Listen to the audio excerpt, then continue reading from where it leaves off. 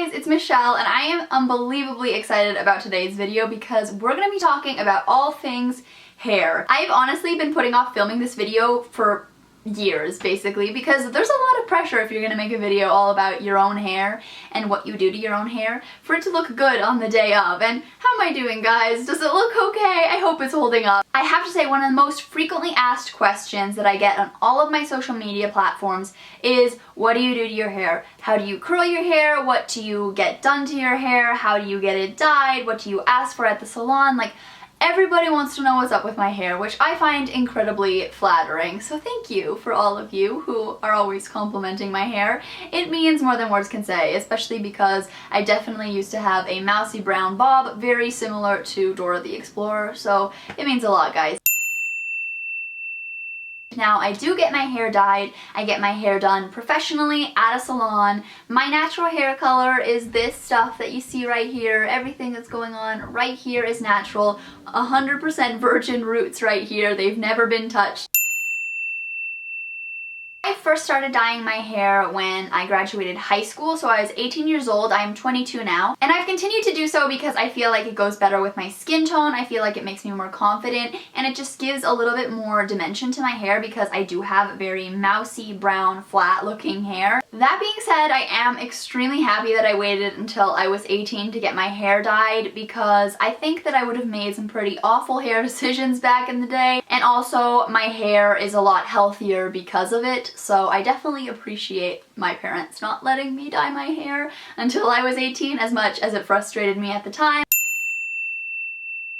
One of my main tips when it comes to dyeing your hair, whether you've gotten your hair dyed countless times before or you're just dyeing it for the first time, is to invest in your hair. So when it comes to my hair, I do not want to go the cheap route. Now that's just a personal preference of mine. You might have something that works for you that is a lot more affordable, and that's completely fine. I'm just saying, you know, my point of view is I want my hair to look nice, I want it to look natural, and I want it to be healthy, and I don't mind making it an investment. My hair usually costs between $120 to $160 depending on how light I'm going, if I'm getting a trim, if I'm getting my hair styled. It just kind of all depends, but that's usually the range that it sits between. But on average, it's around $135 for me. Now, that might seem really steep to you because, you know, it is. That's a lot of money to drop on your hair. But hear me out.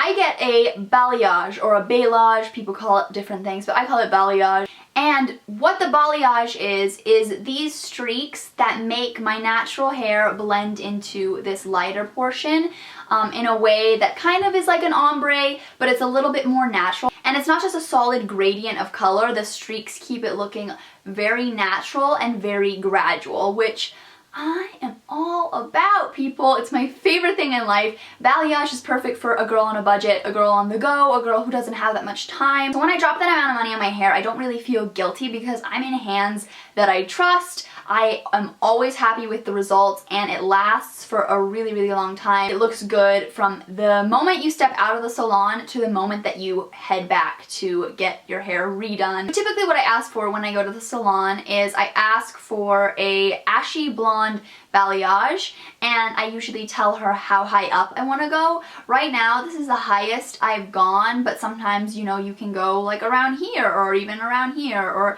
you know, all the way up here. You can totally play around with whatever you're comfortable with and whatever you think would suit your style. So I usually get my hair done around 2 to 3 times a year depending on how happy I am with the last time it was done. But usually it's only twice a year every 6 months. And that's worked out really great for me, really great for my wallet, really great for my hair. It keeps my hair less damaged. Always bring pictures. I never go into the salon without a picture because I know I won't end up with exactly what I want.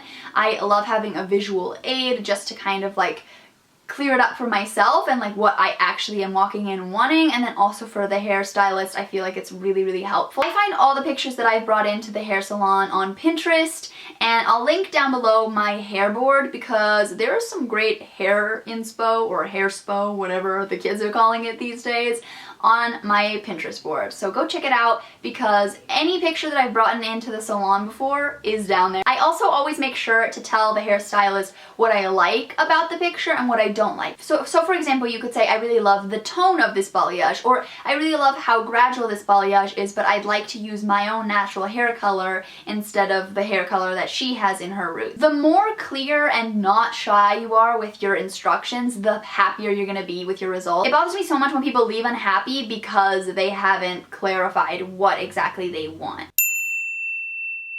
So I actually haven't gotten a haircut in about 4.5 years, almost 5 years, but I always get a trim whenever I go in just to keep my hair healthy. Don't be afraid of the trim, people. I know sometimes it's scary to lose the length, but the trim will make sure that your hair grows out nicer and more healthy and more thick and beautiful. So don't be afraid of the trim. I get a trim every time I go in and people still are always shocked at like how long my hair is.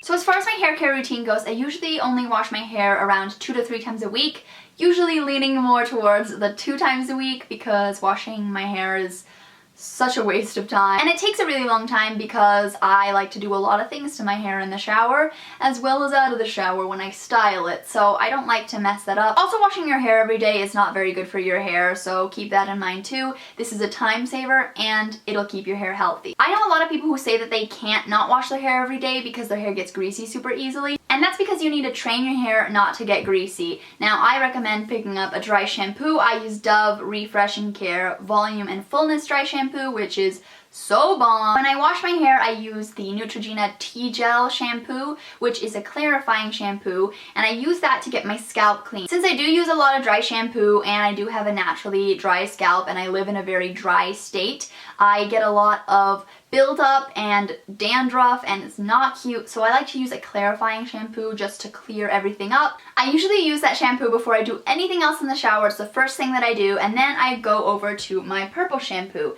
I use this AG Haircare Sterling Silver shampoo. It's a toning shampoo and a purple shampoo, and it is one that you can find at Ulta.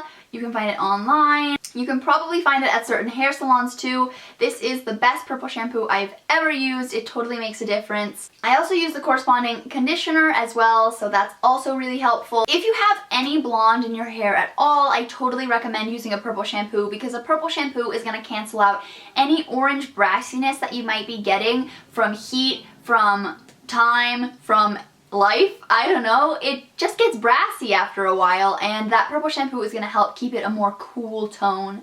So I definitely recommend using a purple shampoo. Purple shampoo is bae.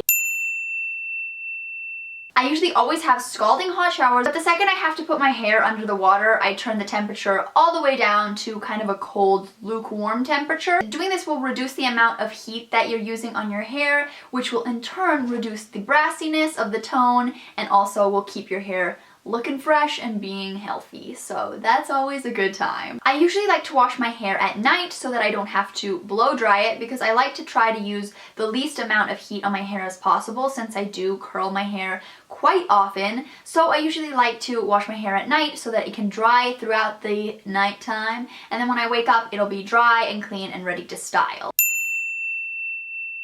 My hair is probably curled around 95% of the time. I love curly hair. I like how I look with curls or loose waves so much better. It's just a personal preference. But I actually only curl my hair around twice a week, sometimes 3 if I've washed my hair an extra time, or if I have a special event, or if for some reason the curls have really fallen out in an unflattering way. But with the way that I curl my curls really last a long time, which is amazing. So if you want to know how I curl my hair, I will link the video to the tutorial I recently did down below so you can check out how I did this whole thing that I've got going on. That's it for today's video, you guys. I really hope you liked it. I hope you learned something from it, maybe, hopefully, who knows. Make sure to give it a thumbs up if you did enjoy it, and comment down below if I left anything out or if you still have any questions. Who knows, maybe you might. Leave that all down below. Make sure to follow Aline and I on all of our social media. That's always linked down below. We also have a Facebook page that you can like and a vlog channel that you can subscribe to, and those are always linked down below as well. I love you guys. Thanks so much for watching, and of course, don't forget to subscribe!